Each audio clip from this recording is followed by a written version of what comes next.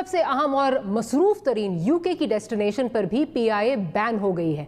I am asking you, Otherwise, I will not come in your show no again. Sir, I am asking you. मैंने ये बोलने के लिए बुलाया, नहीं, आप सिर्फ आप सवाल मेरी पूछ सकते हैं। नहीं, मैं सिर्फ सवाल पूछने के लिए और आपकी तकरीर सुनने के लिए तो नहीं बैठी ना सर। आप गलत कोट कर रहे हैं।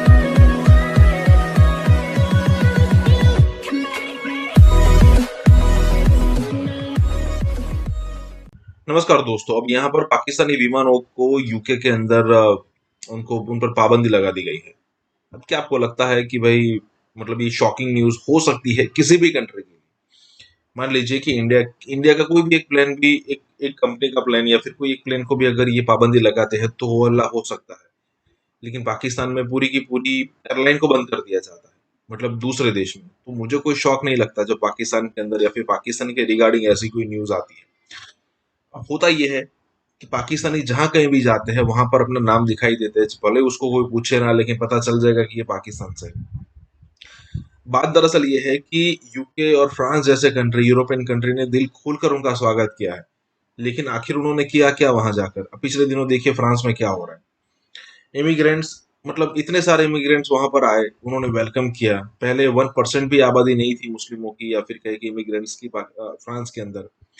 अब 10% हो गई है, और 10% तो हो गई है, लेकिन अब वो अगर वो हल्ला मचा रहे हैं। बड़ी बड़ी लाइब्रेरी उन्होंने जला दी, कितना हजारों करोड़ों का नुकसान कर दिया।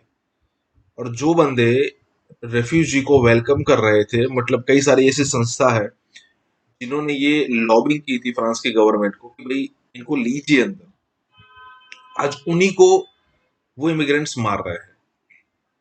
तो यहाँ पर यही बात हो रही है कि पाकिस्तानी, मतलब अगर कोई भी आने वाले दिनों में कोई भी बड़ी न्यूज आती है कि पाकिस्तान के अंदर पेट्रोल खत्म, अब सब चल के जाएंगे, कोई बड़ी बात नहीं होगी। इसी के साथ ही वीडियो शुरू करते हैं।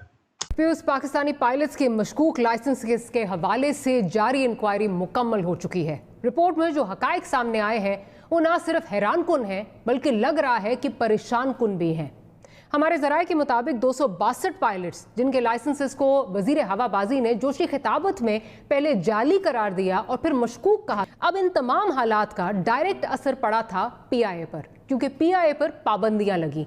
यूरोप की अहम डेस्टिनेशंस पर पीआईए नहीं जा सकती। सबसे अहम और मसरूफ तरीन यूके की डेस्टिनेशन पर भी पीआईए बैन हो गई है। यहाँ हैरानकुन बात यह है कि पीआईए क्रैश के बाद, लेकिन जिस अंदाज में पीआईए पर मलबा डाला गया, उससे ये तासुर मिला कि सारा इदारा ही मुजरिम है। नतीजा माली नुकसान और साख की बर्बादी सब पीआईए के हिस्से आई। और अब गैर मुल्की कंपनीज ने पाकिस्तान में ऑपरेट करना शुरू कर दिया है ताकि मुसाफिर हवाई सफ़र कर सकें। और हमें नुकसान पर, जो हमारी पहले से एयरलाइन नुकसान पर जो है वो चल रही थी, जिसके बिजनेस को कोरोना वबा से और नुकसान हुआ, उसे वजीर हवाबाजी की जल्दबाजी का खमियाजा भुगतना पड़ा है। यहाँ एक डिस्क्लेमर ज़रूर देना ज़रूरी है कि एक भी जाली पायलट नहीं होना चाहिए। क्रेडेंशियल्स अप टू डेट और आलमी मयार के मुताबिक होने चाहिए। लेकिन मसला सिर्फ ये है कि गंदी मछलियों को निकालने का जो तरीका अपनाया गया, क्या उसके असरात को मद्देनज़र रखा गया था? अहम सवाल है कि जाली लाइसेंसेस जो हैं वो निकले हैं।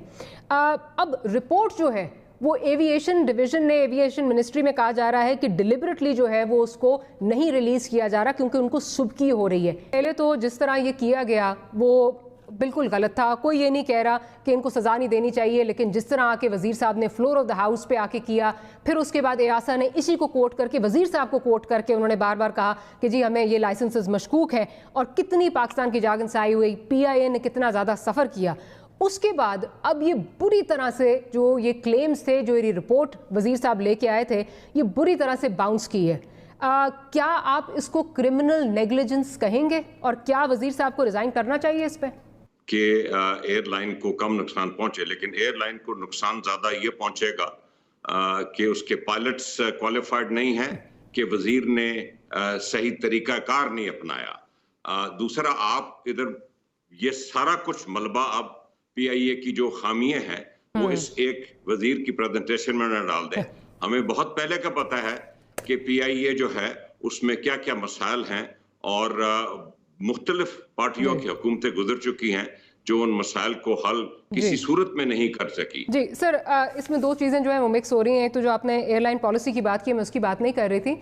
मैं बात कर रही हूँ कि हमारी एयरलाइन बैन हो गई और आगे से उन डेस्टिनेशंस पे आगे यूरोप में ले जाने के लिए जी जी सर गुजारिश सुनिए सर गुजारिश सुन लीजिए ना सर, आप गुजारिश सुन लीजिए। अब मेरी बात सुनने बैठी हैं कि अपनी सुनाने बैठी हैं जी? सर अगर आप गलत कोट कर रही हैं, अगर आप गलत कोट कर रहे हैं तो मेरा फर्ज है आपको बताना। आप गलत बोल रही हैं सर, मैंने कहा आप गलत कोट कर रहे हैं। बात की एयरलाइंस अब आनी शुरू हो गई हैं, मैं इसलिए कह रहा हूं कि वो पॉलिसी 1990 की है। अच्छा सर, अब जरा अगर आप सुन लीजिए थोड़ा सा, हमारे साथ प्लीज हौसला रखें। मैंने ये कहा है नहीं, आप मतलब आप दूसरे की बात सुनते नहीं, अपने सुनाती रहती हैं।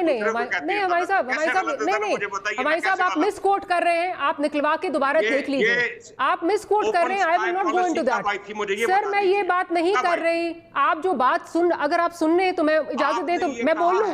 सर मैं बोल लूं, हमायूं साहब मैं बोल लूं, हमायूं साहब मैं बोल लूं, हमायूं साहब मैं बोल लूं, आपको दोबारा निकलवा के उसकी क्लिप दिखवा देती हूं। बोलने के लिए बुलाया, नहीं आप मेरी नहीं मैं सिर्फ सवाल पूछने के लिए और आपकी तकरीर सुनने के लिए तो नहीं बैठी ना सर। आप गलत कोट कर रहे हैं मुझे, आप गलत कोट कर रहे हैं। तकरीर नहीं सुननी तो मुझे इजाजत दी। सर आप कोट गलत कर रहे हैं मुझे, आप गलत कोट कर रहे हैं। आपके पास अगर इसका जवाब नहीं है, हमायूं साहब इस वक्त वर्जिन एटलांटिक और ब्रिटिश एयरवेज की बात हो रही है जो आगे से हमारे पैसेंजर्स लेके जाए। ओहो जो हमारे पैसेंजर वो जब ओहो सर कोई नहीं कह रहा कि ये एयरलाइंस ना आए। हम ये बात कर रहे हैं कि जहां हमारी एयरलाइंस को बैन करके ये आगे से पैसेंजर्स लेके जाएंगे क्योंकि पीआई बैन हुई है, हम उस पे बात कर रहे हैं। आप सुन तो ले सर, ये बैन इसलिए हुई है कि उसके पायलट्स के पास लाइसेंस। जी सर ठीक है। आपको इसका मतलब कि आप समझते हैं कि तरीकाकार बिल्कुल ठीक था। रिपोर्ट बाउंस की है 180 में से 180 में से 262 में से 180 की जो है वो लाइसेंसेस लेजिटिमेट है, क्रेडिबल है। इसमें कोई आपको समझता, आप नहीं समझते कि क्रिमिनल नेग्लिजेंस है? Don't put words in my mouth. I'm asking you. Otherwise, I will not come in your show. No, sir, I'm asking you. मैंने ये कहा है कि तरीकाकार गलत था। तो आप फिर ये पिछली हुकूमतों पे डाल रहे हैं। मैं ये कह रही हूँ कि अगर बाउंस की है, चले ठीक है, हमारी हुकूमत का गलत था। जी ठीक है सर, चलें ठीक है। 30 बिलियन जैसे ही ये बैन आया तो 30 बिलियन का जो है वो लॉस हुआ पाकिस्तान इंटरनेशनल एयरलाइन को। उसके बाद मजीद जो है वो लॉसेस जो है वो होता रहा। उसके बाद ये रिपोर्ट बुरी तरह बाउंस कर गई है। क्या ये क्रिमिनल नेग्लिजेंस है? और क्या आप फ्लोर ऑफ द हाउस पे, क्योंकि झूठ बोला है वजीर साहब ने, इसमें गलत बयानी की है, आप कोई प्रिविलेज मोशन लाना चाह रहे हैं या लाएंगे? जी बहुत शुक्रिया मारिया। देखिए इसी किस्म की नाअहली, गैर जिम्मेदारी और अफसोसनाक वाक़यात और मामलात के ऊपर ही तमाम अपोजिशन जो है कल वो APC बुला रही है, क्योंकि इस हुकूमत की नाअहली और गैर जिम्मेदाराना हरकतें सिर्फ इस PIA डिबैकल के ऊपर नजर नहीं आती हैं। आप कोई भी महकमा उठा के देख लें, आप कोई भी शोबा उठा के देख लें, आप खारजा पॉलिसी उठा के देख लें, आप माशी पॉलिसी उठा के देख लें, हर जगह आपको इनका एक फेलियर नजर आएगा। इनकॉम्पिटेंस और फिर हट धर्मी और फिर एक अना का मसला। और यही वजह है कि अपोजिशन मजबूर हो गई है और एक 1 पॉइंट एजेंडा के ऊपर मुत्तफिक होके कल एक लाएमल तय करने जा रही है APC में कि आखिर इनका करना क्या है। देखिए बात यह है, अगर वजीर आजम साहब को चलें अब ये ख्याल आ गया कि जी इस तरीके से नहीं, इस तरीके से इस मामले को डील करना चाहिए था और इस तरीके से floor of the house public के सामने, मीडिया के सामने ये बात नहीं करनी चाहिए थी, बिकॉज एक बहुत सेंसिटिव मामला। सेंसिटिव क्यों था मारिया? क्योंकि आपकी एक नेशनल एयरलाइन की बात यहाँ पर हो रही है। आपके पायलट्स बाहर की एयरलाइंस भी जो है वहां भी काम कर रहे हैं, they are flying those airlines also. और अब अगर देखें, अगर मैं सुनूंगी कि जी PI का ना जाली लाइसेंस वाले पायलट है तो मैं तो बोलूंगी भाई मैंने PI में ट्रैवल नहीं करना दूसरी जगह। तो ना सिर्फ आपके मुल्क की जगह खजाई होगी, इदारे की तो हुई, लेकिन जो आप कौमी खजाने को जो नुकसान पहुंचेगा इस बात का, और जो हुआ आपने देखा। और अब मजे की बात ये है, और मजे की क्या अफसोसनाक बात ये है कि ये इंटरेस्टेड नहीं, जो इनके पास 2 महीने अपील का टाइम था इन्होंने अपील ही नहीं की। UAE ने 21 दिसंबर 2018 को अबू धाबी डेवलपमेंट फंड ने स्टेट बैंक ऑफ पाकिस्तान में $3 अरब जमा करवाने का ऐलान किया था। यानी $3 अरब आपको सऊदी अरब से आ रहे थे, $3 अरब आपको UAE से आ रहे थे। $6 अरब से पाकिस्तान की हालत बेहतर होने के बहुत इम्कानात थे कि जो एक उस वक्त का जो मौजूदा एक बहुत बड़ा मालियाती बहरान था पाकिस्तान की हुकूमत के सामने, हम उसमें से निकल सकते थे। इन दोनों मुल्कों ने हमारे ऊपर बड़ा एहसान किया, लेकिन तेल का वादा मुकम्मल तौर पे पूरा सऊदी अरब भी नहीं कर पाया और UAE जो है वो भी नहीं कर पाया, नहीं किया। 2 मुल्क पाकिस्तान को चुंगल में फंसा रहे हैं। पहले पैसा दिया फिर वापस मांग रहे हैं। वादा करके दूसरे ने लेने का वादा किया, एक ने देने का वादा किया और वो मुकर गए।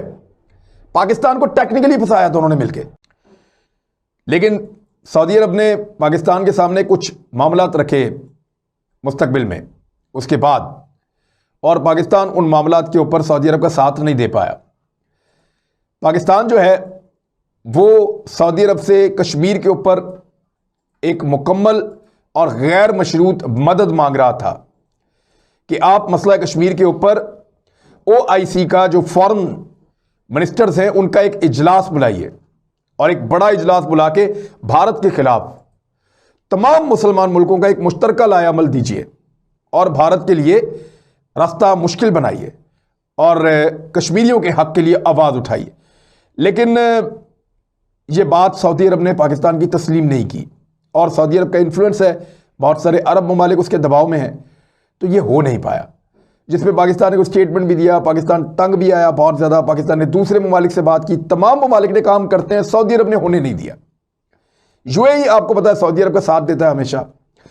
तो UAE ने 21 दिसंबर 2018 को जो ऐलान किया था कि वो पाकिस्तान को पैसा देगा, $2 अरब उन्होंने पाकिस्तान को अब तक दिए हैं। वादा ये था कि $1 अरब जनवरी में देगा 2019 में, मार्च 2019 में दूसरा $1 अरब देगा, ये दोनों मिल गए पाकिस्तान को, और तीसरा अप्रैल 2019 में देगा।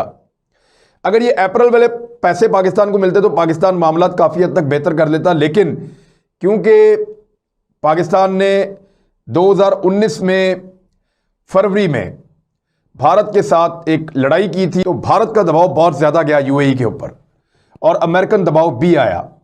तो उसके बाद उन्होंने तीसरी किस्त पाकिस्तान को नहीं दी। फिर कोरोना वायरस आ गया अगले साल, और अब 2020 में भी उन्होंने पाकिस्तान को वो तीसरा $1 अरब नहीं दिया। उल्टा हुआ ये कि सऊदी अरब ने पाकिस्तान से अपने पैसे $3 अरब वापस मांग लिए। अब सऊदी अरब का $1 अरब पाकिस्तान को देना था।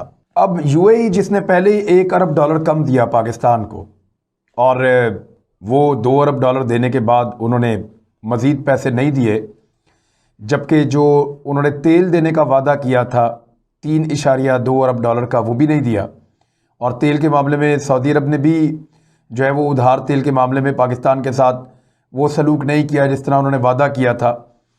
तो UAE ने वो पैसे तो नहीं दिए, लेकिन 24 जनवरी को उनकी पेमेंट वापस करने का शेड्यूल आ गया है। यानी ये जो 24 जनवरी है, इसको आपने ना सिर्फ सऊदी अरब के जो $1 अरब है वो वापस करने, बल्कि UAE के भी $1 अरब वापस करने हैं। लेकिन इस वक्त उनके ताल्लुकात बहुत अच्छे हैं भारत के साथ। तो UAE पैसा मांगने वाला है या नहीं मांगने वाला? खबर तो भारतीय अखबारात में छपी है, अब खबर कहें या ख्वाहिश कहें। और ये खबर छपी है बहुत सारे अखबारात में, जिसमें ख़ास तौर पे हिंदुस्तान टाइम्स ने इसको बड़ा डिटेल के अंदर लिखा है, क्योंकि वो अपना कारनामा समझते हैं इसको। इसलिए कि अभी थोड़े दिन पहले भारतीय आर्मी चीफ UAE और सऊदी अरब दोनों का दौरा करके आए हैं, और दोनों के दौरे के बाद वो ये समझते हैं कि उनके ताल्लुकात इन दो मुल्कों से बेहतर हैं और पाकिस्तान के ताल्लुकात बेहतर नहीं हैं। वो नए रास्ते बना रहे हैं और अरबों के साथ अपने ताल्लुकात को बेहतर कर रहे हैं। चीन के साथ उनकी लड़ाई है, अमेरिका और अरब्स को वो अपने साथ मिला रहे हैं, और इसराइल इसके अंदर जो है वो एक कलीदी रोल प्ले कर रहा है, एक बड़ा अहम किरदार अदा कर रहा है इसराइल। हुकूमत पाकिस्तान को कुछ बड़े अहम इक़दामात लेने पड़ेंगे और दलेरी से फैसला करना पड़ेगा, क्योंकि मईशत पाकिस्तान की बहुत कमज़ोर है, और ये जब से पाकिस्तान बना है वो तो तब से कमज़ोर। उनका झगड़ा जो है वो दो बड़ी ताकतें हैं, 1-1 बिलियन के अब मुल्क हैं, तब 600-600 मिलियन के मुल्क थे। ये भी हो सकता है कि चाइना और इंडिया के दरमियान मामलात बेहतर हो जाएं। बेहतर नहीं, शायद अलायंस भी हो जाए। हो रहे हैं, मगर ये कभी ना सोचिए कि हम रशिया के इतना करीब होंगे जितना हम चीन के साथ हैं, इसलिए कि रूस के जो इंडिया के साथ रिलेशनशिप है वो उस किस्म का रिलेशनशिप है कुछ हद तक जो हमारा है चीन के साथ।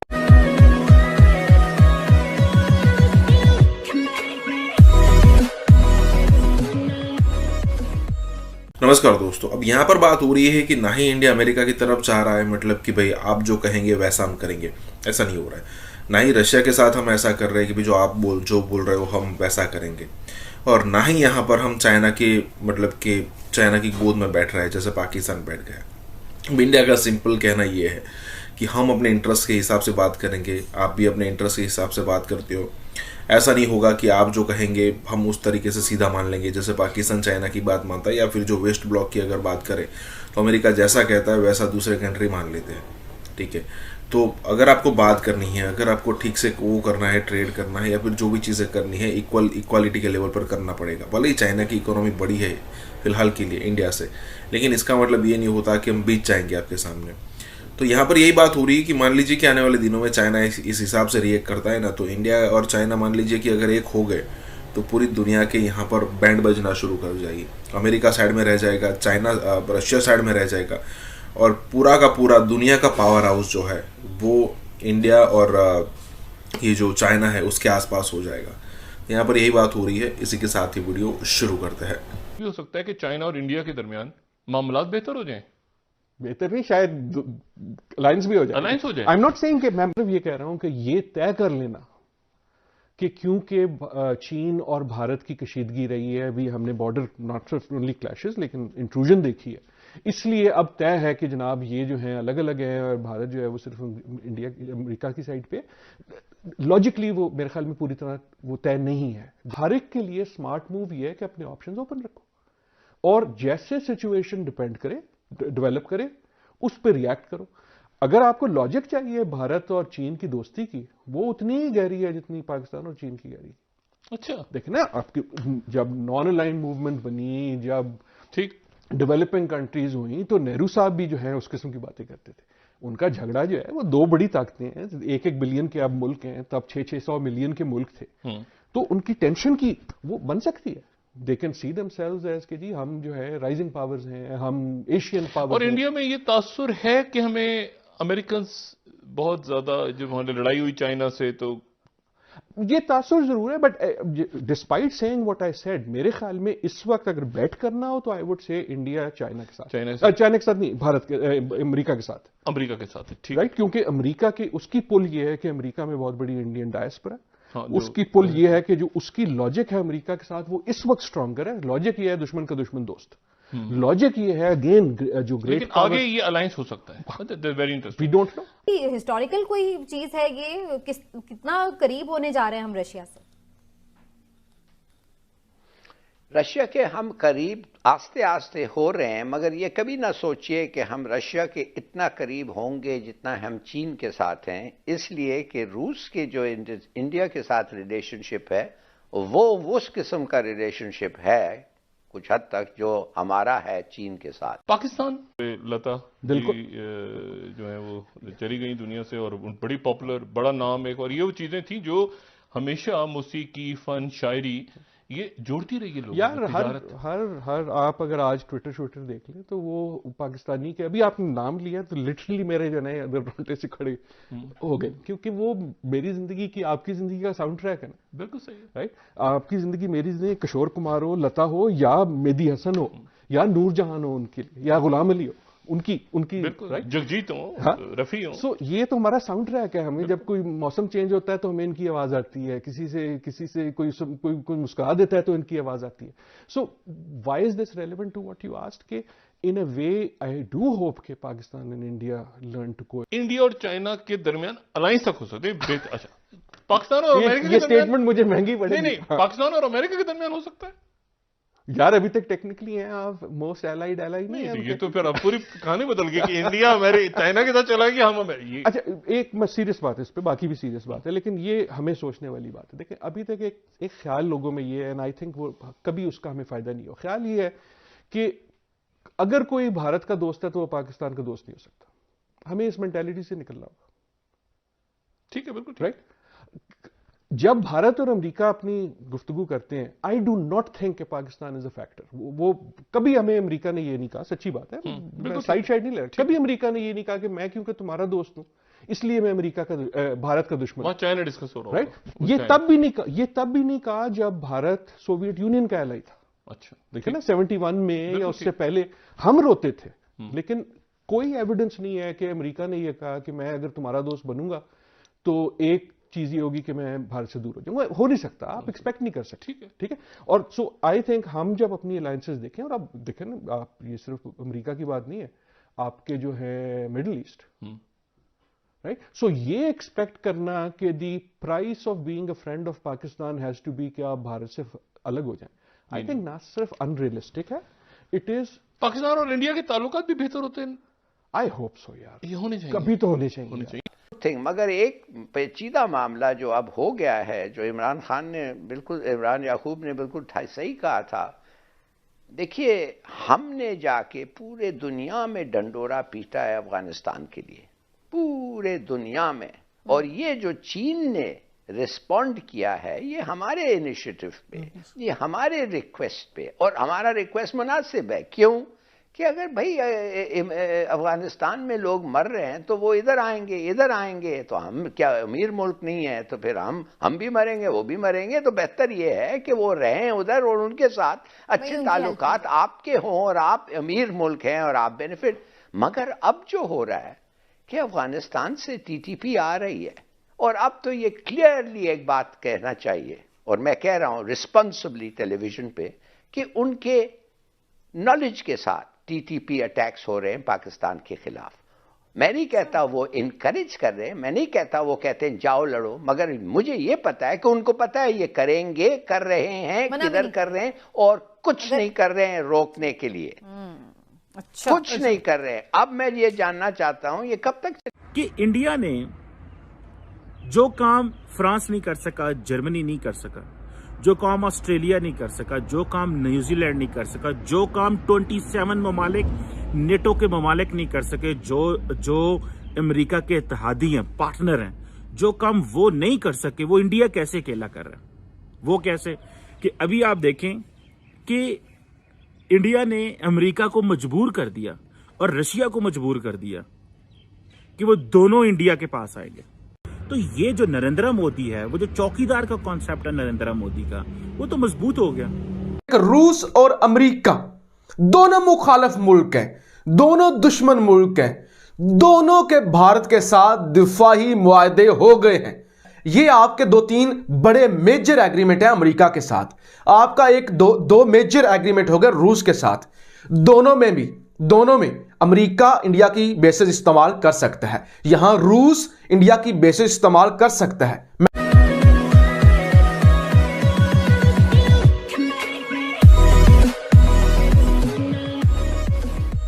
नमस्कार दोस्तों, ना ही जर्मनी कर पाया, ना ही ब्राजील कर पाया, ना ही इटली कर पाया, ना ही कोई और कंट्री कर पाया, लेकिन इंडिया ने यहाँ पर करके दिखाया। और यहाँ पर बात हो रही है कि भाई दोनों से रिलेशन, अमेरिका के साथ भी रिलेशन, रशिया के साथ भी रिलेशन। अब इससे पहले होता ये था कि अगर मान लीजिए कि आप अमेरिका की फेवर में है तो आपको एंटी रशिया एक्टिविटी करनी पड़ेगी या फिर स्टेटमेंट तो देने पड़ेंगे, और अगर मान लीजिए कि आप रशिया की फेवर में है तो आपको अमेरिका के खिलाफ बोलना पड़ता है, और जो रशिया की जो भी यहाँ पर स्ट्रेटेजी है उसका मतलब उसका पार्ट बनना पड़ता है आपको। लेकिन इंडिया एक ऐसा कंट्री है कि जो कहता है कि नहीं, हम अपने जो भी इंटरेस्ट है उसके हिसाब से बात करेंगे, हम यहाँ पर किसी भी उस टाइप की बात नहीं करेंगे कि जो आप जो कहेंगे हम मान लेंगे। अगर ठीक से बात करनी है, अगर आपको व्यापार चाहिए, अगर आपको यहाँ से बिजनेस चाहिए तो आइए बिजनेस करिए, हमारी इकोनॉमी का पार्ट बनना है तो बनिए, सब कुछ आपके लिए वेलकम है। तो यहाँ पर यही बात हो रही है कि भाई इंडिया जो है सबके साथ काम ले रहा है और किसी के पाले में भी नहीं जा रहा। इसी के साथ ही वीडियो शुरू करता है। इंडिया अमेरिका का वाहिद पार्टनर है जो at the same time China, America और रशिया तीनों के साथ बिजनेस भी कर रहा है, डायलॉग भी है। अमेरिका और रशिया के साथ तो स्ट्रेटेजिक पार्टनरशिप है, जबकि चाइना के साथ कंपटीशन भी है, राइवलरी भी है और ट्रेड भी हो रही है। ये वाहिद एक जो चीज़ है वो सामने आ रही है। और आपको याद होगा कि जब पुतिन आए इंडिया में तो उन्होंने कहा कि India is a great partner.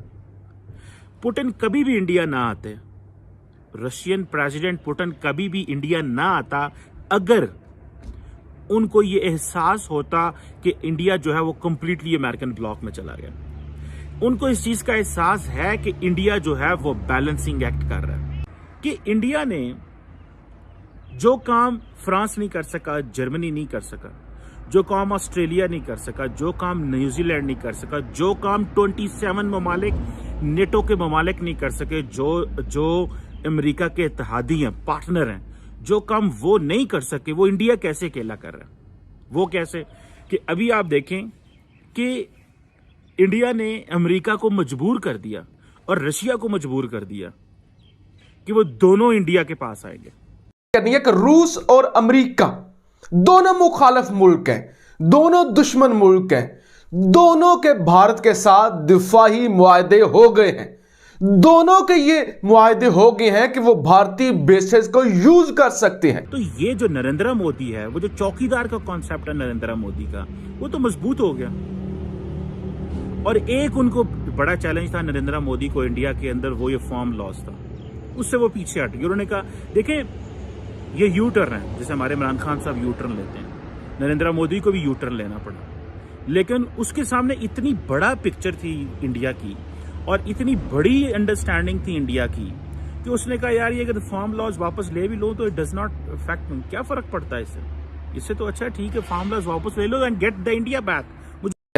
रूस और इंडिया का, इसके अलावा रेलस एग्रीमेंट पर बात चल रही है, एग्रीमेंट हो रहा है रूस और भारत में। यह एग्रीमेंट क्या है? यह एग्रीमेंट यह है कि भारत रूस की जो बेसेस हैं वो यूज कर सकेगा और रूस नेवी की शिप्स और बाकी जो सारी चीजें हैं वो इस्तेमाल कर सकेगा जब उसे जरूरत होगी। और इसके अलावा लॉजिस्टिक सपोर्ट्स या फिर भारत के असले को बेहतर करना या बाकी जो चीजें मिलिट्री इक्विपमेंट होता है वो रूस से खरीदेगा भारत।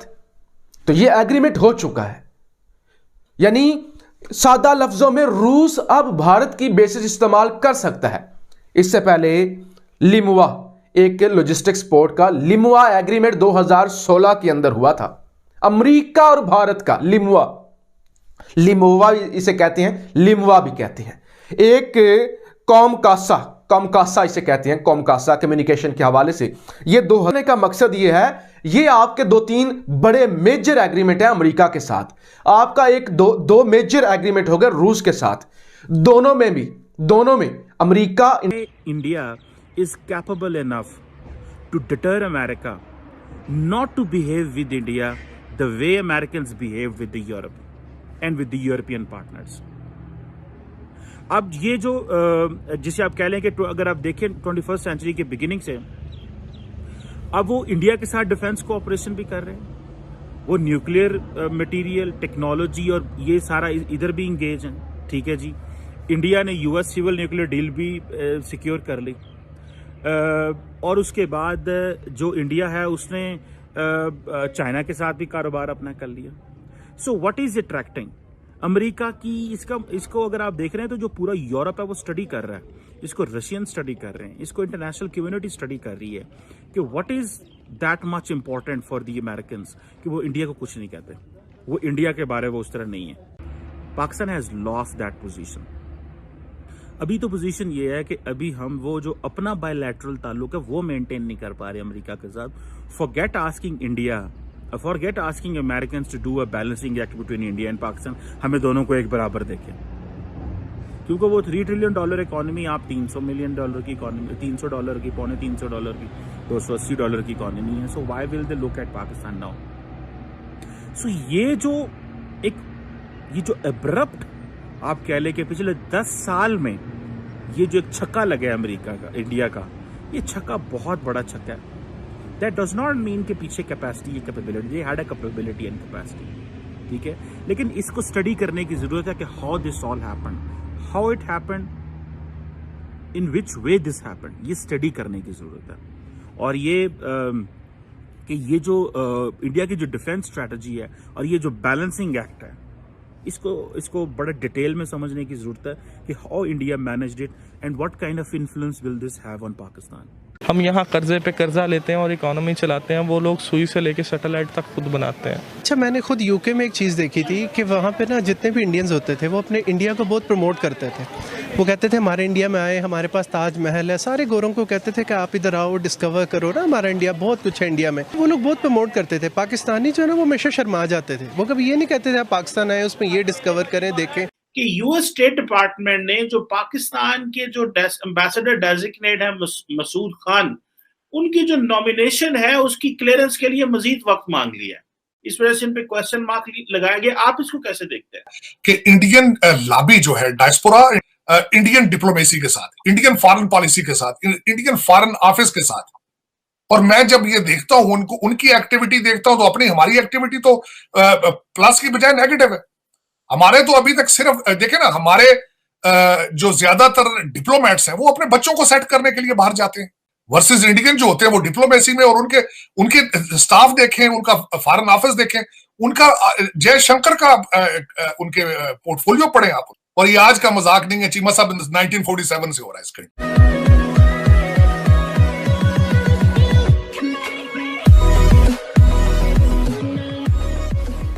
नमस्कार दोस्तों, अब यहाँ पर एक सेंटेंस बोला जा रहा है कि सुई से लेकर सैटेलाइट सब इंडिया खुद बनाता है। अभी बात बिल्कुल सच है, क्योंकि 1947 में अगर देखो तो इंडिया खास कोई इकोनॉमी था नहीं, चूस चुका था। मतलब वो कहते हैं ना कि कोई आम खाने के बाद जो गुठली फेंकी जाती है, बिल्कुल जो है इंडिया को ऐसे यूके ने फेंक दिया था, लेकिन वहाँ से फिर से इंडिया ने शुरू किया, और आज 5th largest economy, 3rd largest economy कभी भी हम बन सकते हैं।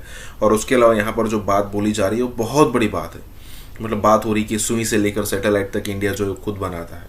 ज़रा सोचिए, ज़रा याद कीजिए कि जब हमने अपना पहला रॉकेट जो हमने लॉन्च किया था वो साइकिल पर लेकर हम गए थे। मतलब जिस जगह से ले जाना था और जहाँ से उसको लॉन्च करना था। मतलब ज़रा सोचिए कि कहाँ से हमने शुरुआत की थी और आज कहाँ हम पहुँच गए। तो इसलिए प्राउड होना चाहिए इस चीज़ पर। और पाकिस्तानी आज भी वहीं के वहीं खड़े हैं। अगर उनको कुछ सैटेलाइट में करना है तो चाइना की मदद लेंगे, अगर उनको कुछ खाने पीने का करना है तो अमेरिका से पैसे की मदद लेंगे, यूके से, फ्रांस से पैसे की मदद लेंगे, टर्की से लेंगे। कुछ खुद का है नहीं। इसी के साथ ही वीडियो शुरू करता है।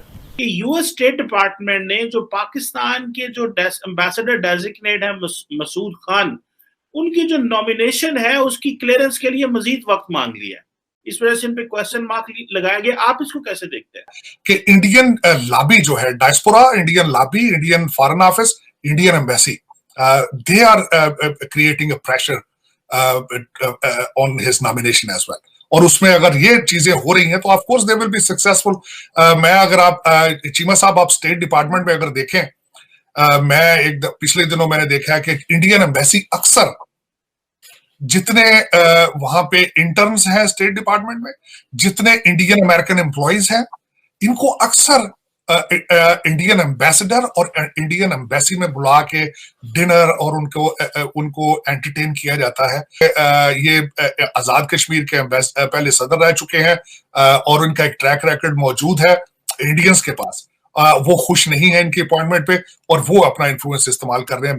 लेकिन देखें इनका मुकाबला किन चीजों से चीमा साहब, खासकर इंडियन डिप्लोमेसी के साथ, इंडियन फॉरेन पॉलिसी के साथ, इंडियन फॉरेन ऑफिस के साथ।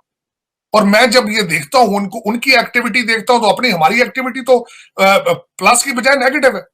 हमारे तो अभी तक सिर्फ देखे ना, हमारे जो ज्यादातर डिप्लोमेट्स हैं वो अपने बच्चों को सेट करने के लिए बाहर जाते हैं, वर्सेस इंडियन जो होते हैं वो डिप्लोमेसी में, और उनके स्टाफ देखें, उनका फॉरेन ऑफिस देखें। तो जो नेबरिंग कंट्री है हमारी इंडिया, वो लोग इन्वेस्टमेंट्स पे बड़ा काम करते हैं और उनको बड़ी बड़ी इन्वेस्टमेंट्स आती हैं। सर आपको क्या लगता है वो कौन से फैक्टर्स पे काम करते होंगे कि इन्वेस्टमेंट्स उनके पास आती हैं? ओके, अच्छा, मैंने खुद यूके में एक चीज़ देखी थी कि वहाँ पे ना जितने भी इंडियंस होते थे वो अपने इंडिया को बहुत प्रमोट करते थे। वो कहते थे हमारे इंडिया में आए, हमारे पास ताजमहल है। सारे गोरों को कहते थे कि आप इधर आओ, डिस्कवर करो ना, हमारा इंडिया बहुत कुछ है इंडिया में। मतलब पाकिस्तान फिर भी बहुत सी जगहों से बेहतर है इंडिया से। वो कभी ये नहीं कहते थे आप पाकिस्तान आए, उसमें ये डिस्कवर करें, देखें। एक दुनिया को वेलकम करना चाहिए। लोग आएंगे, देखेंगे, फिर इन्वेस्टमेंट करेंगे ना। अब मैंने अगर DHA घर खरीदना है तो मैं एक दफ़ा DHA देखूंगा, फिर वहाँ जाके घर खरीदूंगा। ऐसे अगर किसी इन्वेस्टर ने इन्वेस्टमेंट करनी है, वो एक दफ़ा आएगा, देखेगा, बुलाएं तो सही, वेलकम तो करें। It's such a good country. क्या नाम है सर आप? मेरा नाम अली है। अच्छा सर, ये बताएं, वर्ल्ड बैंक की एक रिपोर्ट जारी हुई है जिसके मुताबिक इंडियन इकोनॉमी 8.3% से ग्रो करने वाली है। क्या कहेंगे आप इस पर? अच्छी बात है, वो बहुत बड़ी इकोनॉमी है। 2025 में जाके वो दुनिया की जो 3rd लार्जेस्ट इकोनॉमी है वो भी बनने वाले हैं। पीछे एक रिपोर्ट पढ़ा था मैं। उनका जयशंकर का उनके पोर्टफोलियो पढ़े आप, उनका वर्सेस उनके दौरे देखें बाहर के, और आप खुद अपना कंपैरिजन करें। हमारे जो मुर्शिद है फॉरेन मिनिस्टर साहब, उनकी प्रायोरिटी फॉरेन पॉलिसी नहीं है। वो तो चीफ मिनिस्टर बनना चाहते हैं। अब जयशंकर चीफ मिनिस्टर बनने के बारे में सोच रहा है, जयशंकर सोच रहा है कि वो प्राइम मिनिस्टर बनेगा, लेकिन हमारा फॉरेन मिनिस्टर क्या सोच रहा है, यही आपको चीज डिफाइन कर देगी कि where you stand at. Jaishankar की प्रायोरिटीज और मुर्शद पाक की प्रायोरिटीज को कंपेयर कर लें आप। लेकिन जब आपके पासपोर्ट की लिस्ट आती है तो आपका नाम इनके साथ ही है ना जी, अफगानिस्तान के साथ, इराक के साथ। ये मुल्क कहीं गए, जाते कहीं नहीं वाला कंट्री, लेकिन उनके हालात देखे ना। और वहां पे इतने प्रोटेस्ट हुए कि ये दौरा मंसूख हो गया और हम बताने ही भूल गए हैं कि वो दौरा क्यों मंसूख हुआ है, किसी ने पूछा ही नहीं उनसे। तो ये क्या खिचड़ी पक रही है। अफगानिस्तान में जर्नल मैसेज के अंदर पाकिस्तान के लिए शदीद नफरत और गुस्सा है। इंडिया ने वहां पे क्या किया? $3 बिलियन उन्होंने दिया, 400 प्रोजेक्ट उन्होंने शुरू किए और आज वो गंदम दे रहे हैं। आप उनको कुछ भी देने की सलाहियत नहीं रखते। इंडिया अभी भी उनको देने की सलाहियत रखता है और दे रहा है। तो इस वक्त फिर वो जो एक थोड़ा सा पास आया था इंडिया का तालिबान की वजह से भी नहीं है, क्योंकि वहां सर्कमस्टांसेस की वजह से वो पास खत्म होगा। इंडिया फिर सरगर्म हो जाएगा और वो वहां पैसे भी लगाएगा और Taliban will play in their hands. और दूसरा एक मैं यहां पे बताना चाहूंगा, अफगानिस्तान की एलीट जो है, जो पैसे वाले पढ़े लिखे लोग हैं, वो सारे इंडिया जाते हैं पढ़ने के लिए, इलाज कराने के लिए। इंडिया के उनके साथ मरासब है, वहां वो रहते हैं। एक ह्यूज, मैं कई दफा न्यू दिल्ली गया हूं, मैं वहां सारे आपके अफगानिस्तान की एलीट क्लास के बच्चे देखता हूं, उनके साथ रिलेशनशिप चाहता हूं। वही दोबारा प्रोसेस शुरू होगा और पाकिस्तान उसमें आप नेगेटिव होंगे। और आप बिल्कुल आज भी मुझे आपकी बेबसी नजर आ रही है। अब आप वो क्या रहे हैं? अमरीकी कह रहे हैं कश्मीर को भूल जाओ।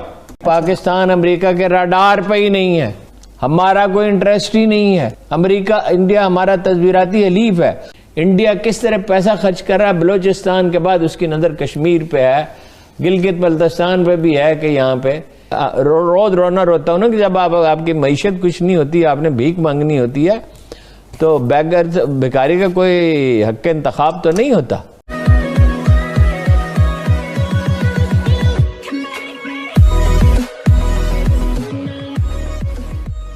नमस्कार दोस्तों, अब कभी भी अगर अमेरिका की तरफ से उस हिसाब से काम नहीं हुआ पाकिस्तान का, तो सीधा वो स्टेटमेंट दे देंगे कि भाई पाकिस्तान के खिलाफ साजिश हो रही है, अमेरिका कर रहा है वगैरह वगैरह।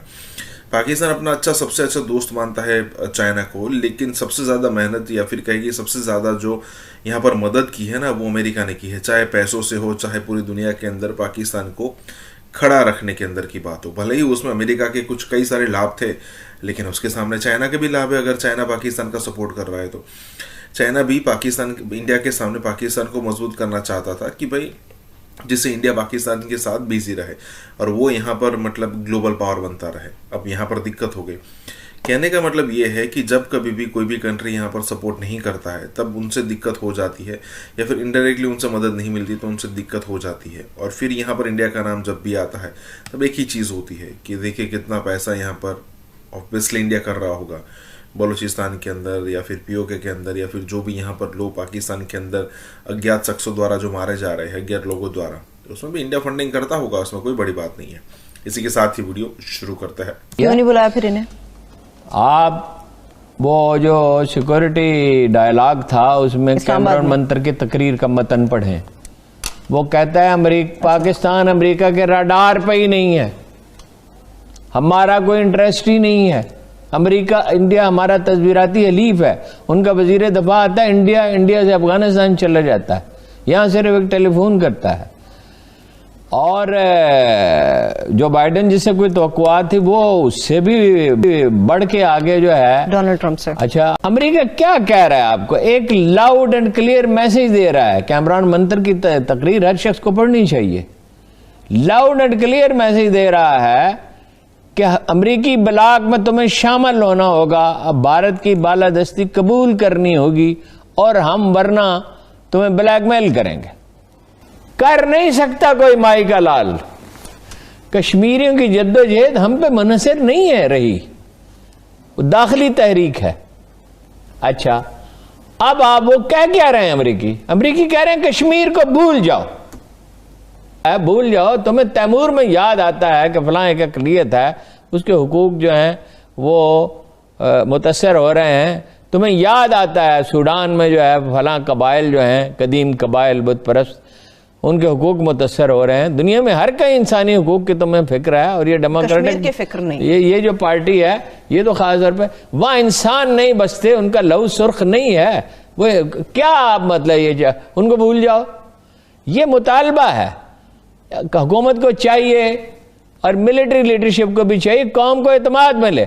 और मैं आपको पूरी जिम्मेदारी से बता रहा हूं, कोई अखबार में जाए और आज़ाद कश्मीर में जाकर देख ले, खुद मुख्तार कश्मीर के लिए कैसे जनाब एक कैंपेन डेवलप की जा रही है। इंडिया किस तरह पैसा खर्च कर रहा है, बलूचिस्तान के बाद उसकी नज़र कश्मीर पे है, गिलगित बल्तिस्तान पे भी है कि यहाँ पे आप अगर अपने दोस्त को पहचानते ही नहीं है कौन है और दुश्मन को पहचानते ही नहीं है, तो ये एस्केपिज्म है, ये राह फरार है ज़हनी तौर पे। और इसके बाद आपकी ज़िंदगी का कितना इम्कान बाकी रहेगा शुतर मुर्ग की तरह रेत में सर दे के और बिल्ली को दे के, जैसे कबूतर जो है वो छुप जाता है। भाई ये कोई रवैया है? हमारा दोस्त इंडिया तो देखिए हमें तबाह करने पर तुला हुआ, अल्लाह ने हमें बचा रखा है। हुकूमतों को क्या करना इसराइल होगा? है, सब सियासतदानों को क्या करना होगा? सियासतदान, ये सियासतदान है, एक आवाज नहीं आती, कब्रिस्तान बन गया, अल्लाह रे सन्नाटा, आवाज नहीं आती। वो और हर चीज पे रैलियां निकल सकती हैं, हर चीज पे जलसे जुलूस हो सकते हैं, प्रेस कॉन्फ्रेंस हो सकती है। कश्मीर किसी को याद नहीं है। कश्मीर क्या है? कश्मीर कायद आज़म ने कहा था पाकिस्तान की शहरक है, ठीक है, ड्राक है। और इधर कुछ लोग हैं सिविल सर्विस में, वो एक वजीर ने नहीं कह दिया था कि अपना बड़े दोस्त हैं इमरान खान साहब के, सीपैक के बारे में, याद नहीं क्या कहा था उन्होंने? तो ये ऑब्सेशन है इनको अमेरिका की और यूरोप की। बच्चे वहाँ पढ़े और लोग हैं पाकिस्तानी जो एरिज़ोना में जिन्होंने ज़मीनें खरीदी हैं और जो खरीद रहे हैं, बच्चे वहाँ पढ़े और सिविल सर्वेंट हैं कितने जिनकी वहाँ की शहरियत है। जब आपने उसको अपने सर पे सवार कर लिया, जब आप अपने पाँव पे खड़े, मैं वही रोज रोना रोता हूँ ना कि जब आपकी मईशत कुछ नहीं होती, आपने भीख मांगनी होती है, तो भिखारी का कोई हक इंतखाब तो नहीं होता। तो भाई वो तो आपको कह रहे हैं आप रडार पे नहीं है, अफगानिस्तान पे भी वो आपको ब्लैकमेल करते रहे। अच्छा वो आपको ले, आपका मुस्तकबिल चीन के साथ है, $300 बिलियन के मुआहदे 400 से उन्होंने 300 कर दिया उसको। अच्छा 400 बिलियन से वो इसलिए कि भाई कितना एब्जॉर्ब कर सकता, कई पहलू देखने होते हैं। दुरुस्त। यहाँ आप एक कंफ्यूजन में हैं। ये जो बात कह दी गई जी, ये हम शाह महमूद साहब ने कहा कि हम फरीक नहीं होंगे किसी इलाकाई मुतनाज़े हाँ। क्या बात है? अच्छा ये अमेरिका की तरफ जाते हैं भाग भाग के। देखिए ये जो खौफ होता है ना एक, और जो ऑब्सेशन होती है, ये जब ये ह्यूमन इंस्टिंक्ट्स का इंटरेक्शन इस तरह से होता है, फिर आमकाना फैसले होते हैं। अब अमेरिका की तरफ भाग भाग के क्यों जाते हैं? हमें हकीकी दोस्तों को पहचानना होगा हारून साहब। नहीं, हम जानते हैं ये कमजोर लोग हैं। ताकत एक नफसियाती चीज है, ये हमारी जो इशरफिया है ना, ये वहीं घुसती है जाके। जिस वो अमेरिकी सफीर का एक इंटरव्यू था, डॉन में छपा था कि भिखारियों की तरह जो हैं ये ताजर और अफसर और जनाब बड़े बड़े लीडर अपने बच्चों के लिए वीजे मांगते हैं। मुझे एक आदमी याद है, जनाब हमीद गुल साहब से कहा उन्होंने, आपके बच्चों को अमेरिका में पढ़ा देंगे। अच्छा, उन्होंने जवाब ही नहीं दिया इसका। मतलब ये नहीं उन्होंने कहा कि जरूरत नहीं है, ये देखेंगे, ये बात करेंगे, उन्होंने जवाब ही नहीं दिया। यह जनरल काकड़ थे, अल्लाह ताला उन्हें बरकत दे। कोई खुदा का खौफ करें, कोई अगर कौम से मोहब्बत नहीं है तो कम से कम कोई कॉमन सेंस ही होनी चाहिए। ये नहीं हो सकेगा। उस धरती से एक दिन अगर अली गिलानी और उनके साथियों ने उठ के कह दिया कि हमें बिट्रे किया जा रहा है, तो इसका नतीजा क्या? इमरान खान साहब खूब सोच समझ लें और बाकी लोग भी खूब। ठीक है। इंडिया और चीन की जंग नहीं हुई? क्या हुआ? इंडिया ने ले लिया अपना इलाका वापस के नहीं लिया? पूरी दुनिया उसके साथ थी कि नहीं? वो छोटी ताकत है, उसकी आबादी कम है, ताकतवर के साथ है। ना तो कश्मीर कभी जंग के बगैर हल होना है और ना फ़लस्तीन, ये तय कर लें आप। ये पाकिस्तान की मुसल्लह अफवाज को भी पता है, ये पाकिस्तान के हर शख्स को पता है। बातचीत के प्लेटर पे रख के हमें जो कुछ दिया है वेस्ट ने, चाहे वो अमेरिका है, चाहे वो हमारे दोस्त सऊदी अरब यूएई हैं, हमने कितने आराम से कश्मीर जो हड़प कर लेने दिया इंडिया को।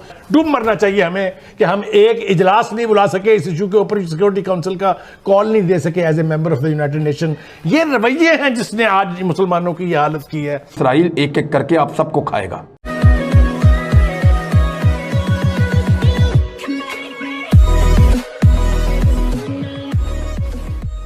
नमस्कार दोस्तों, अब यहाँ पर कहना सिर्फ और सिर्फ ये है कि चाहे कश्मीर हो, चाहे पैलेस्टाइन हो, फिलिस्तीन हो, जिसको जो भी कहे, वो लड़ाई के बगैर, युद्ध के बगैर यहाँ पर सॉल्यूशन उसका नहीं आने वाला है। मतलब यहाँ पर जो भाई साहब बैठे ना, उनका कहना ये है। अब उनको कौन समझाए कि भाई उससे भी आपका सॉल्यूशन नहीं आने वाला। अब फिलिस्तीन तो आप भूल ही जाइए, आपके पास कश्मीर के लेने का चांस है, क्योंकि आपके पास मतलब इंडिया और पाकिस्तान के बीच में डिस्प्यूट जो है वो कश्मीर को लेकर ही है। अगर मान लीजिए कि आपने हमला कर दिया तो क्या आपको लगता है कि अब बच जाएंगे? क्योंकि ये चीज़ आप 47, 65, 71 और कारगिल में कर चुके हो। क्या आपको कभी फ़ायदा मिला? नहीं मिला। लेकिन अब गलती से भी अगर आपने गलती ये कर दी तो हो सकता है कि लाहौर आधा छीन जाए, लाहौर पूरा छीन जाए, कराची तक पहुंच जाए, बलूचिस्तान अलग हो जाए, सिंधु देश अलग हो जाए। हो सकता है कई सारे टुकड़े पाकिस्तान के हो सकते हैं। और क्या कर लिया गाजा के अंदर, या फिर कहे कि पैलेस्टाइन ने युद्ध करके, क्योंकि 6 कंट्रीज ने इसराइल पर अटैक किया था। क्या कुछ फायदा मिला? नहीं मिला। इसी के साथ ही वीडियो शुरू करता है। जिस तरह इसराइल अपनी ताकत के नशे में उन इलाकों पे कब्जा करता जा रहा है जिन पे 1950 से लोग आबाद हैं, ये दुनिया देख नहीं पा रही। इसलिए नहीं देख पा रही कि हम मुसलमान बहैसियत रियासत, बहैसियत लीडर हम कमजोर हैं, ना हम यूनाइटेड हैं। बात यह है हम अमली इकदाम क्या कर रहे हैं, स्वाय हम ट्विटर्स पे अपनी एक स्टेटमेंट रिलीज कर देते हैं, अपने फॉरेन ऑफिस से स्टेटमेंट रिलीज कर देते हैं। क्या अभी तक OIC ने हंगामी इजलास बुला के कोई अमली इकदाम करने की तरफ तवज्जो दी? नहीं। क्यों? कि वेस्ट की तरफ से मुझे बता दें कि फिलिस्तीन के हक में आज तक कौन बोला है? सब के सब इसलिए कि वो सब गुलाम है। आप उनसे उम्मीद करेंगे? कल मैंने आपको रेफरेंस दिया था कि दुनिया की सबसे ताकतवर यूनाइटेड स्टेट्स, उसका स्पोक्स पर्सन क्या कह रहा है? वो इसको जस्टिफाई कर रहा है। बात यह है कि आपको ताकतवर होना पड़ेगा, बहैसियत मुसलमान आपको एक्शन लेना पड़ेगा, आपको अमली इक़दाम करने। अगर नेटो की फोर्स बन सकती है तो OIC की फोर्स क्यों नहीं बन सकती? जो कुछ मैं समझ पाया हूं, मेरे ख्याल से हमें जंगमंग की बात छोड़ देनी चाहिए। ठीक कह रहे हैं रशीद साहब। और यहाँ से ये मिलते हैं, ये जो हॉस्पिटल है उसके पास फूलों की दुकान है, वहाँ से गुलदस्ते लेने चाहिए और वफद बन के जाके नेतन्याहू साहब की खिदमत में पेश करने चाहिए कि जो आपने किया बहुत अल्लाह किया और अल्लाह के फजल से इसको करते रहिए। जंग लड़ने। अब आप मुझे बात कर लेने दीजिए प्लीज़। ना तो कश्मीर कभी जंग के बगैर हल होना है और ना फ़लस्तीन, ये तय कर लें आप। ये पाकिस्तान की मुसल्लह अफवाज को भी पता है, ये पाकिस्तान के हर शख्स को पता है। बातचीत के प्लेटर पे रख के हमें जो कुछ दिया है वेस्ट ने, चाहे वो अमेरिका है, चाहे वो हमारे दोस्त सऊदी अरब यूएई हैं, हमने कितने आराम से कश्मीर जो हड़प कर लेने दिया इंडिया को, क्योंकि हम बातचीत कर रहे हैं उनसे। हमने बातचीत करनी है, ऐसी बातचीत और ऐसी अप्रोच पर। एक बात, आप जंग चाहते हैं? ना बाबा, ये जंग के अलावा मसले हल होने ही नहीं। आपने क्यों बनाया न्यूक्लियर प्रोग्राम? आपने क्यों इतनी बड़ी फौज रखी? मैं बिल्कुल जिम्मेदारी से कह रहा हूँ। दुनिया को बर्बाद करना चाहते हैं आप? वो आप न्यूक्लियर, ओ यार, यहाँ बैठ के हम दुनिया के मामले बन रहे हैं, मुसलमान मर रहे हैं, मुसलमान कत्ल हो रहे हैं, इसीलिए मर रहे हैं। हम दुनिया के मामले बन रहे हैं। आप मुल्क के अंदर आजादी देते हैं ना बाहर बात कर रहे हैं। मैंने आपकी बात में बोला, आप मुझे बात करने दें। मेरा आर्गूमेंट है, मेरा अपना मौक़िफ़ है। आप एटमी जंग की बात कर रहे हैं। मैं एटमी जंग से भी ऊपर जाने के लिए तैयार हूं अगर मुसलमानों की बचत हो सकती है तो। एक बात। दूसरी बात ये, मैं आपको मिसाल दे देता हूं, इंडिया और चीन की जंग नहीं हुई। क्या हुआ? इंडिया ने ले लिया अपना इलाका वापस के नहीं लिया? पूरी दुनिया उसके साथ थी कि नहीं? वो छोटी ताकत है, उसकी आबादी कम है, ताकतवर के साथ है, किसी कमजोर के साथ कोई नहीं खड़ा होता। दिखाने पड़ेंगे बातचीत से। किसी मुसलमान मुल्क का, किसी मुसलमान कौम का कोई मसला वेस्ट हल करने नहीं जा रहा। ये मुझसे आप लिखवा लें, आप कमजोर हैं, उनके इत्तेहाद स्ट्रांग है। आप मुसलमानों का अगर एक इत्तेहाद बना के तो देखें वसाइल कहाँ हैं, कुव्वत कहाँ है, अफरादी कुव्वत कहाँ है, फौजें कहाँ हैं, असला कहाँ है। डूब मरना चाहिए हमें कि हम एक इजलास नहीं बुला सके इस इशू के ऊपर, सिक्योरिटी काउंसिल का कॉल नहीं दे सके as a member of the United Nation. ये रवैये हैं जिसने आज मुसलमानों की ये हालत की है। और इन रवैयों को बरकरार रखने वाले लोगों से अल्लाह ताला इस मुल्क को पनाह दे दे तो ज्यादा बेहतर है। बड़ी मजे की बात है कि राहिल शरीफ साहब गालिबन उस फौज के सरबराह थे जो वहाँ की फ़ौज थी इन ममालिक की। हमारी फ़ौज भी बहुत बड़ी फ़ौज है और हम इस्लामी मुल्कों में से बड़ा अहम दर्जा रखते हैं। तो क्या वक्त नहीं आ गया कि हम संजीदगी के साथ सोचें कि हमें क्या करना है और तुर्की के साथ मिलके क्या कोई ऐसा रास्ता निकल सकता है? अब देखें ना, फ्रांस जैसे मुल्क इजराइल के अंदर होने वाले जुर्म को जब सपोर्ट कर रहे हैं तो हम लोगों को कुछ एक्टिविटी दिखानी चाहिए। क्या कुछ फ़ौजें मूव नहीं कर सकती पाकिस्तान से तुर्की और तुर्की में जाके बैठ सकती हों? कोई ऐसी चीज़ होनी चाहिए, बिकॉज वरना तो ये फ़लस्तीन का जो मसला है और जो वो ज़मीन है वो यहूदियों के पास चली जाएगी, वो वहाँ पे एक भी फ़लस्तीनी को नहीं रहने देंगे। जी अंजम, देखो, ये जंग की बात करना तो मैं समझता हूँ जहालत की बात करना है, पाकिस्तान दुश्मनी है। आपकी क्या हैसियत है कि आप कितने छोटे लोग हैं, कितने पसमानदा लोग हैं और आपने इस मुल्क को कितना गलीज कर दिया है कि आप कत्ल करते हैं, आप आग लगाते हैं और फिर आग लगाई, कत्ल किया, जिंदा जलाया लोगों को, लेकिन आपका फौजदारी निज़ाम, आपका अदालती निज़ाम वो भी नंगा हो गया कि नाकारा लोग हैं, ना किसी को सजा देते हैं, ना किसी का मुहासबा करते हैं। और आप कहते हैं कि दुनिया हम पे FATF पे एतराज़ात करती है, ये करती है। दुनिया के सामने आपको छोटा बना दिया गया, बल्कि आप अंदर से छोटे थे, आप छोटे नजर आने लगे। और अगर मुसलमान मुल्क इस वक्त फैसला करते हैं कि वो इसराइल को सबक सिखाएं, तो आपको खतरा कहां से है? एक तो अमेरिका से है और एक खतरा आपको यूरोपीय यूनियन से है। लेकिन अगर आप चाइना और रशिया को कन्विंस करें तो अमेरिका और यूरोपीय यूनियन सुलह करवाने के लिए तो बीच में आएंगे, जंग के लिए नहीं आएंगे। जहां तक बात है भारत की कि वो इसराइल का साथ देगा या नहीं देगा, भारत कभी अरब मुल्कों के खिलाफ जाकर इसराइल का साथ नहीं देगा। भारतीय लाखों की तादाद में अरब ममालिक में नौकरी करते हैं। आपको सिर्फ चंद मुल्कों को मनाना है, पहले आपस में एका करना है। OIC मिल बैठे, मुसलमान वैसे मिल बैठे, पहले आपस में बैठ के फैसला करें और इसराइल को वार्न करें कि हम आपको इतना वक्त दे रहे हैं, उसके बाद फिर आप तैयार हो जाइए, हमें आपके साथ लड़ना पड़ेगा। और उसके बाद बड़े मुल्कों को कायल करें, जिनके अंदर रशिया मौजूद है, जिनके अंदर चाइना मौजूद है, जिसके अंदर दीगर बहुत सारे मुल्क मौजूद हैं, और उनको कायल किया जा सकता है, क्योंकि अक़वाम मुत्तहिदा की सारी करारदादें इसराइल के खिलाफ हैं। दुनिया भर के ममालिक और यूरोपीय यूनियन खुद हमेशा इसराइल को ही मौर्ज़े इल्ज़ाम ठहराता है, हमेशा उसी के बारे में कहते हैं वो गलत कर रहा है, गासिब है, जाबिर है। लिहाजा हमारा केस बड़ा मजबूत है। अगर मुसलमान मौके से फ़ायदा उठाएं तो हमास तो खड़ा हो गया, हिजबुल्लाह भी खड़ा होने वाला है, ईरान साथ दे रहा है, तुर्की आगे बढ़ा है, सिर्फ अरबों का इंतज़ार है। अगर अरब इस वक्त गैरत कर लें तो ये मसला हल हो सकता है, वरना इसराइल एक एक करके आप सबको खाएगा।